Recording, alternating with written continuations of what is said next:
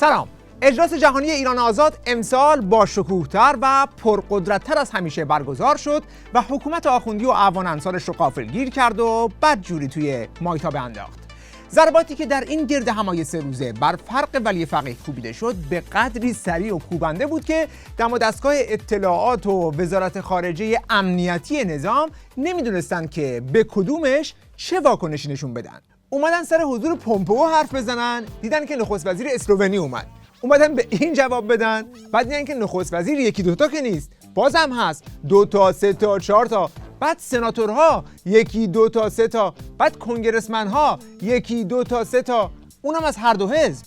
بعد این لیست که ته نداره، 1000 تا شخصیته، بعد 50,000 نقطه تجمع در 16 پایتخت و در آخر اون چیزی که نفس رژیم رو بند آورد تصاویر 1000 کانون شورشی از داخل کشور بود که رو به دوربین اعلام حضور می‌کردند.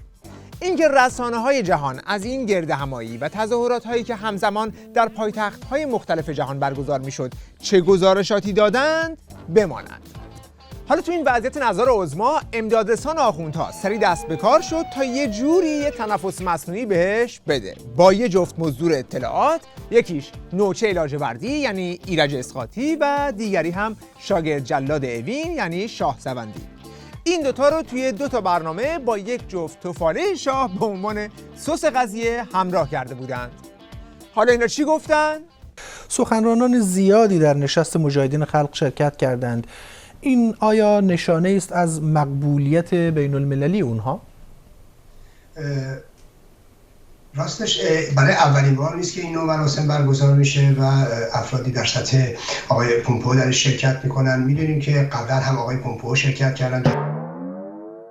میبینید که داره تمام تلاشش رو میکنه که به ولی فقیه بگه آقا جونم زیاد ناراحت نشو، هیچ اتفاق جدیدی نیفتاده، پومپئو قبلا هم اومده بود. کجا، کی، کدوم برنامه مهم نیست، مهم اینه که یه خالی ببند و ولی فقیهش رو از شوک در بیاره. و میدونیم قبلا هم اعضای حتی بسیار مهمتری هم شرکت داشتن. آقای نیوت گینگریچ بودن، مایکل موکیزی بودن و بسیاری از سناتورهای امریکایی. آخه خود ولی فقیه که میدونه چه ضربه‌ای خورده، این رو هم میدونه که روزخونی این جناب ابله با ردیف کردن لیست مهمتر و بسیار مهمتر چقدر بی ربطه. پس با این پرت و پلاها به جای اینکه آب رو روی آتیش دل عظما بریزه، با یادآوری ضرباتی که قبلا خورده بیشتر بنزین میریزه و داغ دلش رو تازه میکنه. در سطح اروپا هم همینطور بوده. شما میدونید آقای برنارد کوشنر وزیر امور خارجه سابق فرانسه ایشون شرکت داشتن و باید توجه داشته باشیم که آقای کوشنر تا زمانی که وزیر امور خارجه بودن به شدت از نگه داشتن مجاهدین در لیست تروریستی دفاع میکردن. حتی وقتی که دستور دادگاه اومد که برای که سازمان رو از لیست تروریستی در بیارن، آقای برنارد کوشنر به نمایندگی از دولت فرانسه تا آخرین لحظه اعتراض کرد و نسبت به این حکم حتی ولی میبینیم بعدش اتفاقا من تصور نمی‌کنم. بعدش چی؟ چرا یه دفعه گیر کرد؟ چون بازم اومد ابروی ولی فقیه رو درست کنه، زد چشمش هم کور کرد. آخه یه چیزی بگو که از سوزش ولی فقیه کم کنه. اینم که باز بیشتر اعتراف به قدرت و حقانیت مجاهدین بود. چون همین آقای کوشنر بعدش که این به تته افتاد، وقتی در گرد همایی مجاهدین شرکت کرد، ضمن تاکید روی مقاومت مشروع مجاهدین با شجاعت اخلاقی تحسین برانگیزی عذرخواهی کرد و در گرد همایی امسال هم باز شرکت کرد و حمایتش رو از خواسته های مقاومت ایران اعلام کرد. L'analyse qui a été faite sur les moudjahidines du peuple et sur le terrorisme dont on les accusait a été une fausse analyse. Mais j'y ai cru moi aussi et je voudrais devant vous demander pardon pour cela. Donc, mais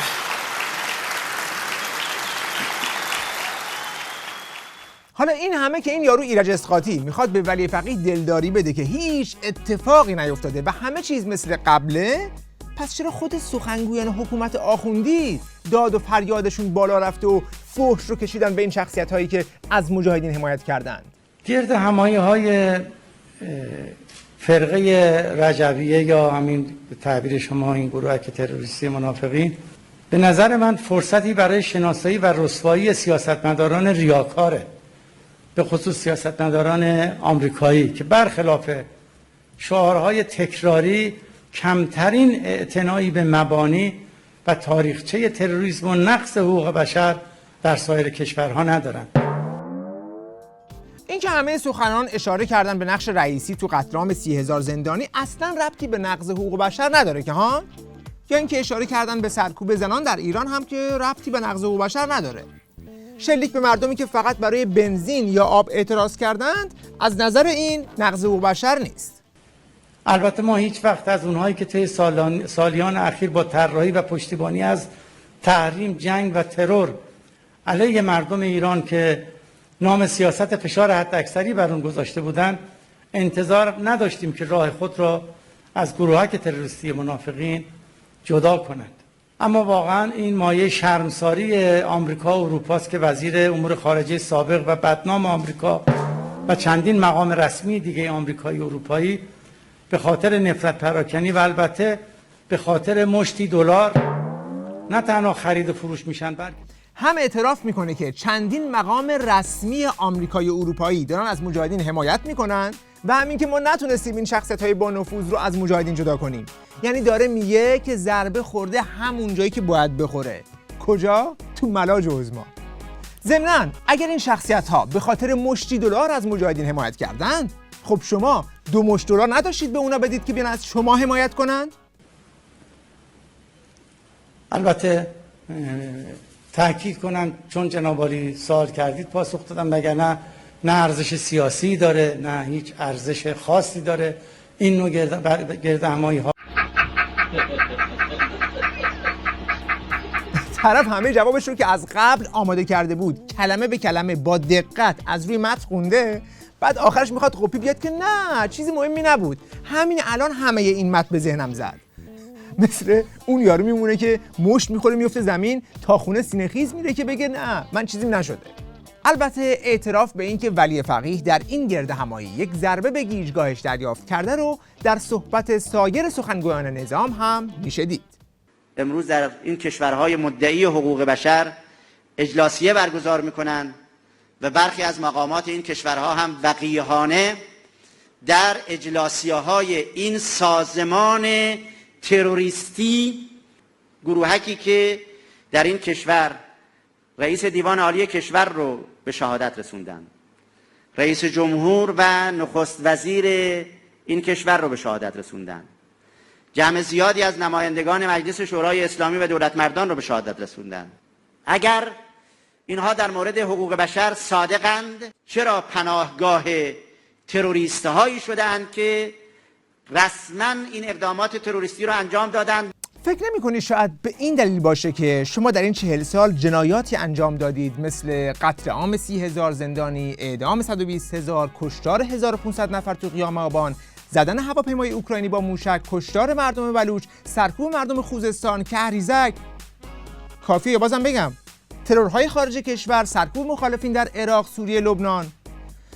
شاید این چیزا برای شما عادی باشه ولی برای بقیه مردم دنیا اینها نقض حقوق بشر محسوب میشه.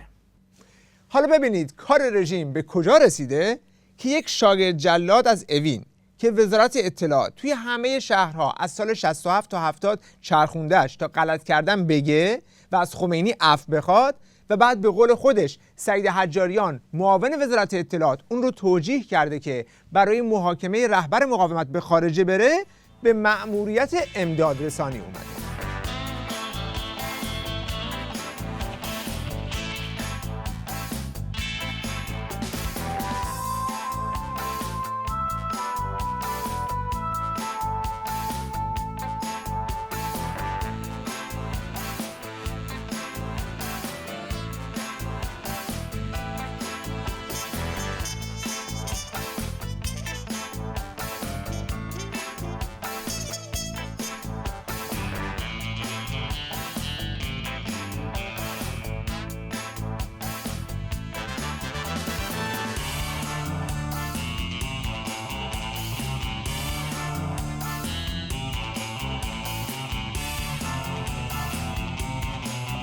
جالبه بدونیم که شاگرد جلاد اوین سعید شاهصوندی همون مزدوریه که در خون دکتر کاظم رجوی هم دست داشت و از طرف وزارت اطلاعات در دادگاه ژنو در تابستون 1370 شرکت کرد تا به نفع رژیم شهادت بده و دستهای جلادان رو بشوره.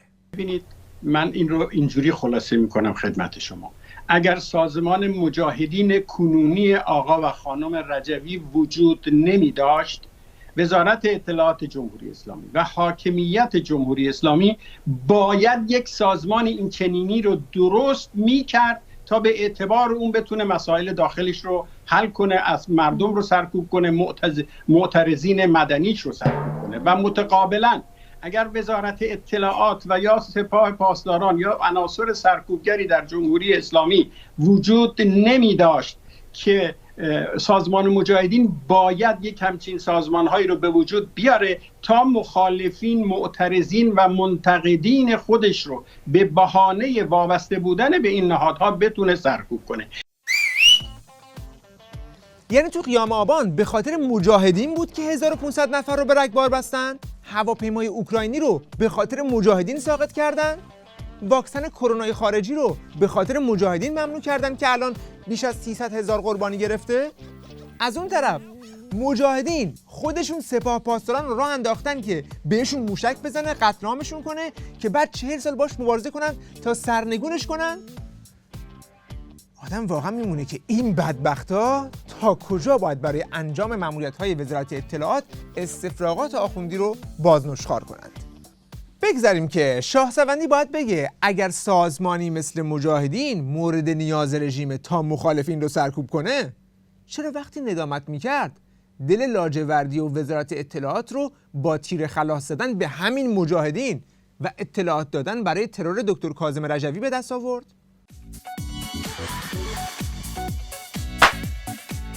یکی از موضوعاتی که پادوهای اطلاعات آخوندی و شرکا میخواستند با توسل به اون از سوزش ولی فقیه بعد از این گرد همایی کم کنند، بند کردن به موضوع نخنمای هزینه‌های برگزاری این گرد همایی بود که البته باز هم جز مهمل بافی چیزی نتونستند تحویل بدند. از این طرف میگفتن هر کسی که از مجاهدین توی دنیا حمایت کرده با پول اومده، ولی از اون طرف خودشون توش میموندن که این همه پول خیالی از کجا جمع شده. اگر شما با بینندگان با فضای سیاسی آمریکا آشنا باشن، در آمریکا این خیلی چیز عجیب غریبی نیست که یک مقام رسمی مثل آقای پومپو که کار به حساب دوران خدمتش تمام میشه و بازنشسته میشه، در جلسات مختلف شرکت میکنه و دقیقاً فقط با دریافت دستمزد. من خاطرم میاد که 2 سال پیش NBC یک فیلمی در داکیومنتری ساخت در این مورد و گزارش مفصلی از کسانی که در جلسات مجاهدین شرکت کرده بودند داد و دستمزد هر کدوم از اینها رو و چکی که هر کدوم از اینها دریافت کرده بودند برای این حضور رو خیلی رسمی منتشر کرد. همون گزارش که خدمتتون عرض کردم NBC 2 سال پیش منتشر کرد، در اونی که از اعضای رسمی مجاهدین به رسمیت گفت که ما از عربستان سعودی چه بوده 8 کامیون طلا گرفتیم. خب وقتی همچین امکاناتی در اختیار چنین سازمانی هست، میتونه با این پول خیلی‌ها رو به طور موقت برای تبلیغات بخره. 8 کامیون طلا؟ به نظر میرسه که این بابا حساب و کتاب ساده هم سرش نمیشه. حالا چون خودش هم هیچ منبعی نداره، فقط ریفرانس میده به یه عضو رسمی توی یک گزارش 2 سال پیش MSNBC. و اون عضو رسمی هم که این آقا بهش خیلی دخیل بسته، مزدور پیشانی سیاهیه به نام مسعود خدربنده. خب این خدابنده هم که نیازی به معرفی نداره، از مزدوران با سابقه آخوند هاست که با رسانه‌های حکومتی مصاحبه میکنه. از جگرسوختگان هلاکت سلیمانی بود که اون زمان کاور اکانتش رو عکس سلیمانی گذاشته بود و در مدح اون قاتل کودک کش در فیسبوک و توییترش کلی اشک ریخته بود که حتی یک از پستاش سر سلیمانی رو فیسبوک حذف کرد. مسعود خدابنده و زنش همون مزدورانی هستند که از طرف پارلمانترهای انگلیس هم به عنوان جاسوس آخوندها شناخته شدند و به همین دلیل به آمریکا هم ممنوع الورود شدند. حالا بشنویم حکایت 8 کامیون طلا رو. I personally have brought money and gold from Saudi Arabia to Iraq for Mujahideen. You transported money and gold from Saudi Arabia? How did you do that? So it was 3 trucks of gold. 3 trucks of gold? 3 trucks of gold. Bars? Yeah. I would say about a tonnage. بالاخره 8 کامیون طلا آورده یا 3 کامیون طلا؟ این که داره خوش میگه 3 کامیون. آها، بعد از 2 سال شده 8 کامیون. آره دیگه، احتمالاً سال آینده میشه 12 کامیون. نه، اصلا میشه قطار طلا. میگن عربستان صادرات طلا داشته به مجاهدین. حالا کی آورده این طلاها رو؟ CBS چند روز پیش مصاحبه داشتیم، گفتم ببین من 3 تا کامیون طلا خودم از ریاض آوردم. اون موقع مسئول حفاظت بودم. ولی یک نکته رو در نظر بگیرید، مجاهدین الان چه زمانی بود دقیقاً این که میفهمید؟ کمی قبل از جنگ اول خلیج. بابا همین الان تو نیویورک میخوان از این خیابون به اون خیابون شمش طلا جابجا کنن، ماشین ضد گلوله میارن، 10 تا حفاظت میذارن، بعد تو این فیلمو دیدید بازم دوت میزنه میبره. بعد این 3 تا کامیون شمش طلا، هر کدوم 1 تن، از ریاض تا بغداد، یعنی 1300 کیلومتر برده. اونم کی؟ کمی قبل از جنگ اول خلیج، یعنی زمانی که اون منطقه توی بحرانی ترین وضعیت خودش بوده. عراق تحریم شده بود، حتی نوک مداد نمیذاشتن وارد بشه. نیروهای ائتلاف از کل کشورها توی مرز کویت جمع شده بودن، عراق رو محاصره کرده بودن. تمام رسانه‌های دنیا روی اونجا متمرکز بودن. تو مرز عربستان خندق کنده بودن، 2 طرف تا دندون مسلح جلوی هم گارد گرفته بودن. بعد تو 3 تا کامیون طلا برداشتی، هلک هلک از میون همه اینا رفتی بغداد توی اون شرایط. اینم شد سند؟ آخه احمق، انتقال طلا بین کشورها همه میدونن قوانین خاص خودشو داره. وانگهی چرا باید عربستان به جای حسابهای بانکی که همون زمان در عراق داشته 3 کامیون طلا بفرسته؟ راستی مجاهدین 3 تن طلا رو کجا نگه میدارن که کسی نمیبینه؟ که بعد تازه این یارو اومده 2 برابرش کرده، بهش استناد هم میکنه. یعنی حماقت جلوی تو زانو میزنه. البته میتونه یه موفقیت باشه برای جذب این افراد، اما باید بدونیم انگیزه آدم‌هایی که میان بخشش انگیزه‌های مالی هست. میدونید آقای جولیانی وقتی که میومدن با هواپیمای اختصاصی میومدن، $10,000 به اینها اختصاص پیدا میکنه. و ما قبلا هم دیدیم مثلا آقای آلخو ویدال کواتراس رهبر حزب سوپر دست راستی اسپانیا فقط با هدایت این سازمان و دریافت 1 میلیون یورو تونست حزبش رو اداره بکنه یا حتی به پارلمان راه پیدا کنن. و حتی حقوقهای بسیار کلانی رهبران این حزب دریافت میکردن. بنابراین اینها جذب همچین آدمهایی خیلی سخت نیست، ولی کار هر کسی هم نیست. این دیگه خیلی پرتابه. 1 میلیون یورو به این، هواپیمای اختصاصی برای اون، بعد 1-2 تا که نیست، 1000 تا شخصیته، هر کدوم تو بگو $100,000. بعد نه فقط خودشون، بلکه رهبران احزابشون رو هم مجاهدین دارن حقوق میدن، اونم حقوقای نجومی. این دیگه میشه دور و بر 100 میلیون و میلیارد دلار اینا. بعد مگه قرار نبود مجاهدین مزدور آمریکا باشن؟ شما که همیشه میگفتید مجاهدین ابزار آمریکا، آلت دست آمریکا، مزدور آمریکان. بالاخره الان قضیه چیه؟ آمریکا داره به مجاهدین پول میده یا مجاهدین دارن تمام دولت‌های اروپایی و آمریکا رو میچرخونن؟ بله؟ میگن که مثل اینکه این معما رو حل کرده. کی؟ امام جمعه اردبیل؟ ببینیم چی میگه. Axırın sözüm olsun. Tarix İranın üzü gərələri. Tarix İranın üzü gərələri. Yəni münafıqlar təbdil olublar. Maşini, pul, şuviyə, Amerikaya, Avropaya. Onların dövlətləri bunlara pul verək. Deyir, amma bu pulu məni çağıracaqsan kongrevə. Mən sübhanallah eləyəcəm, mənə pul verəcəksən. Pul şuvi buna deyərlər. Nədir pul yemək olar? سب کن ببینم چی گفت. ماشین پولشویی از آمریکا به اروپا، یعنی چه شکلی میشه؟ آهان، دولت آمریکا پول میده مجاهدین، بعد میگه منو دعوت کن که سخنرانی کنم، که بعد دوباره همون پول رو بهم بده یا نه اون پول رو بده به اون اروپاییه. خب چرا اصلا پول رو بدن به مجاهدین؟ خب خودشون یه راست پول رو بدن به اونا. بالاخره مجاهدین پول میدن به آدما که بیان سخنرانی کنن یا اونا خودشون پول میدن به مجاهدین که بیان تو جلسه مجاهدین سخنرانی کنن؟ به نظر میرسه که این میزان پریشانگویی و تناقض بافی ناشی از اینه که میخوان یک چیزی رو بپوشونن. اونم این که این سیاستمداران کارکشته در دعوای بین حکومت آخوندی با مردم ایران جانب مردم و مقاومت ایران رو گرفتن. به همین سادگی. آخه اکثریت کنگره آمریکا داره از این مقاومت حمایت میکنه. اکثریت کنگره رو که دیگه نمیشه با پول خرید. ببین یه چیزایی هم هست به اسم انسانیت، وجدان، حقوق بشر و دموکراسی که توی حکومت آخوندی پیدا نمیشه، ولی این سیاستمدارا توی مقاومت ایران پیداش میکنن. حالا تو میخوای این رو بپوشونی، هی بگو پول میدن، هی بگو پول میدن. خودتونم توی تناقضش موندید. فقط مالی نیست، ولی پشتیبانی اصلیش مالیه. به چه معنی؟ به معنی که مجاهدین تعدادی کارت‌های رسمی استخدامی دارن که کار نمی‌کنن. کارشون که از صبح مثلا نمی‌دونم در کنگره آمریکا یه چیزی حدود 8 تا 9 تا آدم دارن که اینا از صبح کارشونه که در کنگره آمریکا راه میرن، در دفتر این سناتور، در دفتر اون سناتور یه بروشور به میدن، یه بروشور به اون میدن و این آدم کاری جز این کار نداره، خرج زندگیشو سازمان پرداخت میکنه و همینطوری میتونن این لابی‌ها رو ایجاد کنن. پس معلوم شد که به جز پول یک کارای دیگه هم هست که باید انجام بشه تا یک سیاستمداری از یکی حمایت کنه. باید از صبح تا غروب بری سراغ این، سراغ اون، نسبت به جنایات رژیم آگاهش کنی، نظرش رو به اهداف مردم ایران جلب کنی. آقا یعنی جون کندن هم میخواد. ممکنه یکی جواب رد بهت بده، یکی دست به سرت کنه، خسته نباید بشی، باید صداقتت رو طرف مقابل لمس کنه. این یه ذره با بروشور توضیح کردن فرق میکنه. ولی جالبه که این آقای توهم که فکر میکنه به مسائل سیاسی آشنایی داره نمیتونه فرق یک آدم که خودش انتخاب کرده عمرش رو برای یک هدفی بذاره رو با یک کارمند استخدام شده فهم کنه.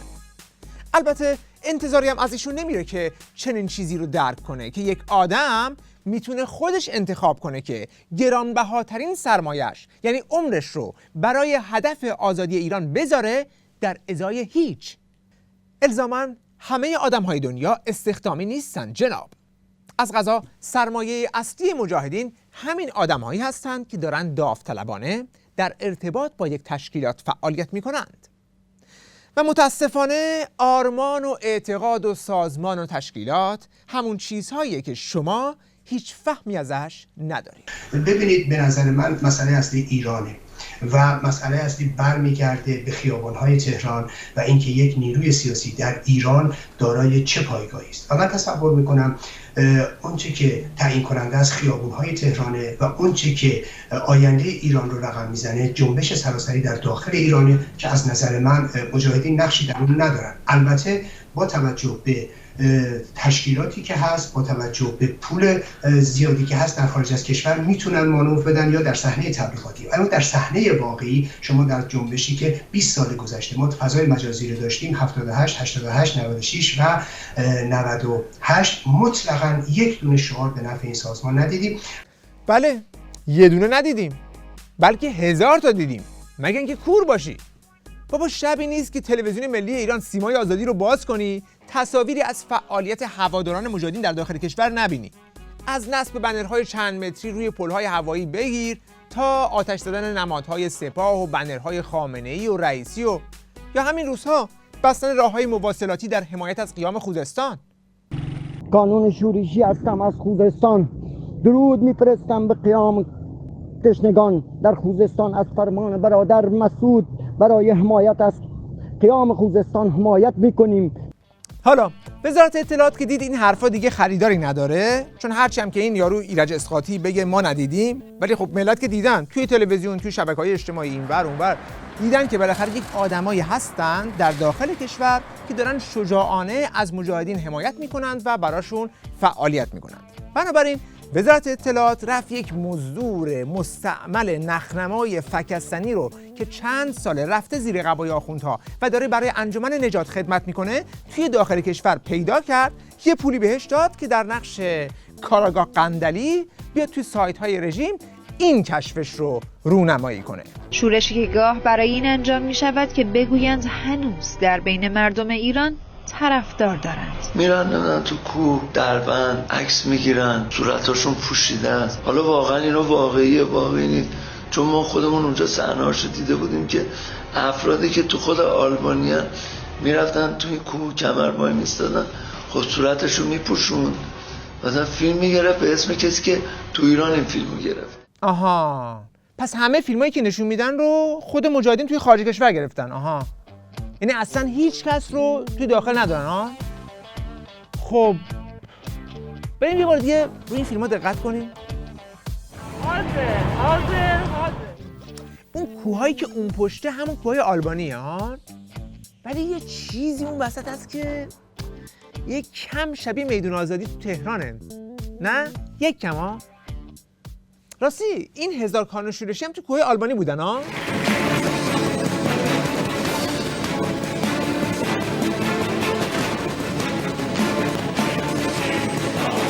درود بر رجوی. حاضر حاضر حاضر با مریم رجوی.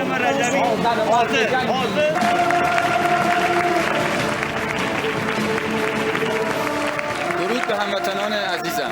ما از گردهمایی مقاومت ایران حمایت می‌کنیم. ما زن و مرد جنگ.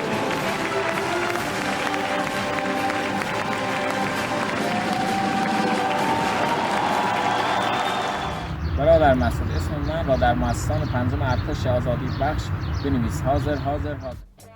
این یکی هم قشنگ از آب و هواش برمیاد که یه جایی توی ایتالیا باشه، یه هوای همچین تروپیکال داره. ولی اون عقب یه پلی که خیلی آشنا به نظر میرسه، با معماری شرقی، شبیه پل خواجو یا 33 پل اصفهان نیست؟ خیلی شبیه نه؟ این که دیگه از نخلاش معلومه که فلوریداست، واضحه. فقط چرا نوشته شهرداری اندیمشق؟ اندیمشتان داشتیم تو فلوریدا؟ اندیمشتان؟ برادر، اسم من را برای مؤسسان پنجم بنویس. اینم که حتما باید یکی از هایوی‌های تگزاس باشه. ولی چرا پشتش نوشته به پایتخت تاریخ و تمدن ایران خوش آمدید، استانداری همدان؟ روی کارتش هم نوشته درود بر رجوی. عجیبه، مگه میشه همچین چیزی؟ این دیگه باید یکی از خیابونای پاریس باشه. ولی تبلیغ اپلیکیشن اسنپ تو پاریس، پس زیرش بنر 2 متری مریم رجوی. کی میتونه این کارو کرده باشه ها؟ برادر مسعود، اسم مرا برای مؤسسان پنجم ارتش آزادی بخش بنویس. آها، این دیگه احتمال باید کوه اشکوفان باشه، دور و بر تیرانا و دورس و اینا. ولی این بناها و معماریش چقدر آدم رو یاد دروازه قرآن شیراز میندازه. من که تا حالا خودم نرفتم، ولی تو گوگل مپ که عکساشو دیدم. حالا اونایی که رفتن بگن. آقا این دیگه حتما خود تیراناست، خیلی واضحه. مجاهدین رفتن، محوطه سازی کردن، یه میدون آزادی ساختن، یعنی به اندازه یک فیلم بنهور خرج کردن که این فیلمو بگیرن.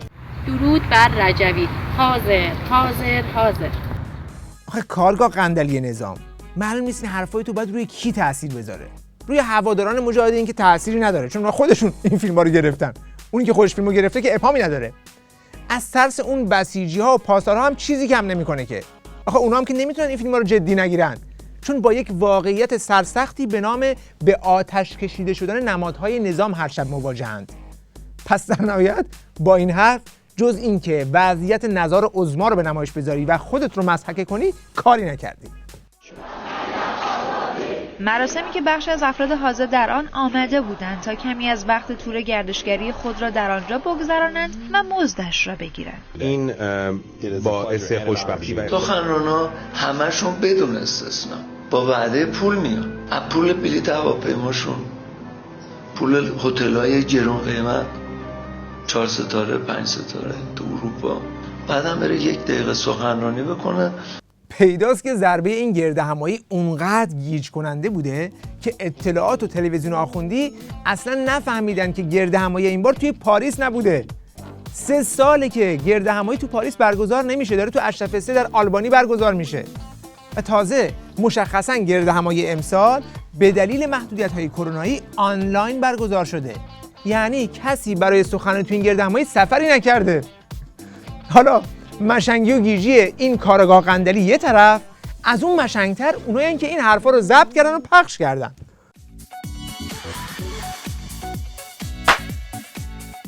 در ادامه همین کلیپ مصاحبه با مزدور قندلی، اطلاعات آخوندی اومد در مقابل گردهمایی مجاهدین یک فیلم هوا کنه. درست فردای 3مین روز گردهمایی خبر زد توی همه سایت‌های زنجیره‌ای که آقا ساعت 13 آماده باشید، میخوایم یک فیلم دیده نشده از قلب اردوگاه مجاهدین براتون نشون بدیم.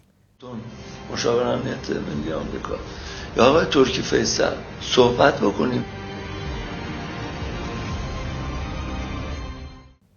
ساعت 13 شد و فیلم رو شد.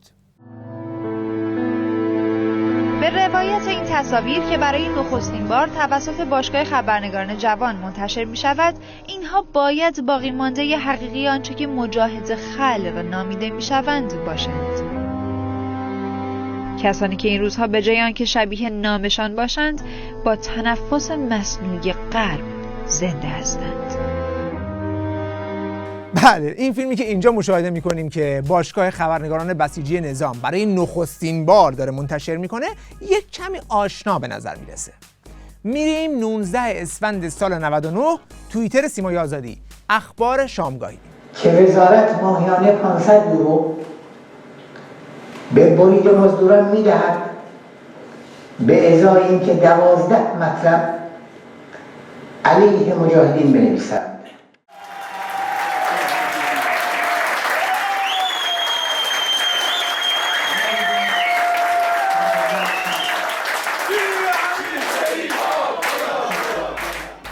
خب این کلیپ که اینجا 70 بار هم ریتوییت شده، حداقل میشه گفت که برای نخستین بار نیست که توی این سایت رژیم رو شده. همچین منبع مخفی هم نداشته. شما الان برید میتونید مراجعه کنید به توییتر سیمای آزادی و خودتون هم ببینید. به این ترتیب به جای پخش نخستین بار، برای 1000مین بار اطلاعات آخوندی خودش رو ضایع کرد.